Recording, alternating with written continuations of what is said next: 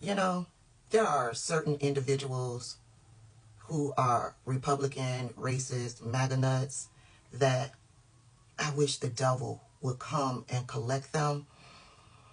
And this is one of them. Yesterday, Tucker Carlson tweeted this. Derek Chauvin is serving 21 years in prison for a crime he didn't commit. Someone just tried to murder him. If they do this to him, they do it to you. One of the great moral atrocities in the last several years is taking place right before us, and very few are remarking upon it. And it has to do with Derek Chauvin. He's the Minneapolis cop who became famous Memorial Day 2020 when George Floyd died. Chauvin is now serving 21 years in federal prison for murder, for killing George Floyd. The problem is he did not murder George Floyd, and we know that conclusively because the medical examiner who performed the autopsy on George Floyd confirmed he was not asphyxiated, he was not choked to death. He most likely died of a drug OD. He had fatal levels of fentanyl in his system. That's been known for some time, though again, ignored. Ignored to the extent that, well, Derek Chauvin was convicted of murder and sent to prison. And then on November 24th of this year, right after Thanksgiving, Chauvin was stabbed 22 times by another inmate with an improvised knife. Now, the man who stabbed him is a known FBI informant. Derek Chauvin is now out of the hospital and back in Tucson. He is alive. He's still in prison. Gregory Erickson is his lawyer and joins us now to discuss this case. Mr. Erickson, thank you so much for coming on. Now, I know that we know this is a lie, but I still have to do what I have to do. The attention whore, known as Marjorie Three Toes Greene, jumped right on that bandwagon so she can get attention, retweeted Tucker Carlson's tweet, and added this: George Floyd died from a drug overdose, fentanyl and other drugs. 300 Americans die every day from fentanyl. Derek Chauvin should be released from prison and his record should be scrubbed. These people tell these lies, put this information out there, and they never provide you with the documents to back it up. They never provide you with the proof to back it up. They know that the proof is out there. They know that anybody can get access to this stuff. But they also know that the people who follow them, they're hardcore MAGA nut job people, they will not research. They will not look for the proof. They will not go and try to get the receipts. They will go to any platform and jump on board with whoever is telling them what they want to hear. This lie has been fact-checked by numerous reputable news outlets, and it has been proven to be false. This is an article from Politico. Yeah, Politico. I'm sharing this article because it tells you where this lie started from. What's going on with the George Floyd story that just came out? So it actually turns out, Pat, that Derek Chauvin didn't kill George Floyd. It was either China or Mexico, because new court documents reveal that George Floyd died of a fentanyl overdose and not from asphyxiation or strangulation. Okay, and the reason, Pat, this is random, that the court documents came to light is because Amy Sweezy, she's a former Hennepin County, Minnesota prosecutor who was suing her employer, alleging she was a sex victim of discrimination and retaliation. And P.S., Hennepin County is entirely Democrat, so we all know Democrats don't always find it necessary to follow the loudly stated rules. Anyway, so the reason her lawsuit matters is because guess where George Floyd died? Hennepin County. And depositions in her case make it clear that the prosecutors always knew that Derek Chauvin and the other three police did not kill George Floyd. So, Pat, she's pissed, she's suing, and she's bringing everybody down. I've said it before and I'll say it again. All Republicans do is lie.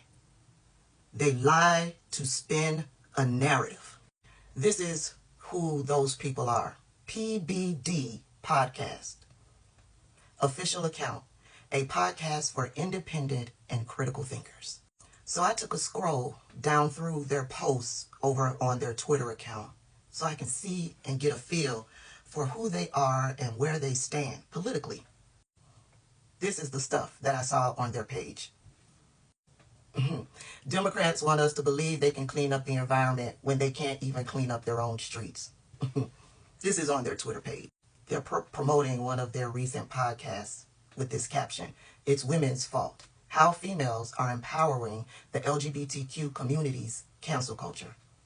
They love the memes. Is there a tax I can pay to stop COVID-19? Or does that only work for climate change? Check this one out. Putin arrests political opponents. Tyranny. Democrats arrest political opponents. Democracy. And of course, you know, they all hate Nancy Pelosi. I believe they have to find some meme to try to make Nancy Pelosi look bad and post it every 3 to 5 business days. Another podcast that they are promoting, and this is the caption: he's paid and bought for by Chinese. He's Chinese finger puppet. LeBron James hates America. I just wanted to show you that because it is clear that we can't take them seriously. But those people take that nonsense seriously when you can easily go out and get the truth. Now, in that clip of the podcast that they did, I shared with y'all, they said that this woman, Amy Sweezy Tamburino, stated that in a deposition that she was giving for a harassment claim that she was filing against the county, she said that George Floyd died from a fentanyl overdose.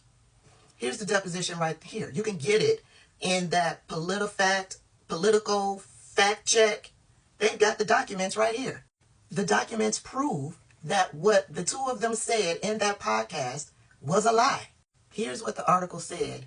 She said that is from those documents that they have linked in this article.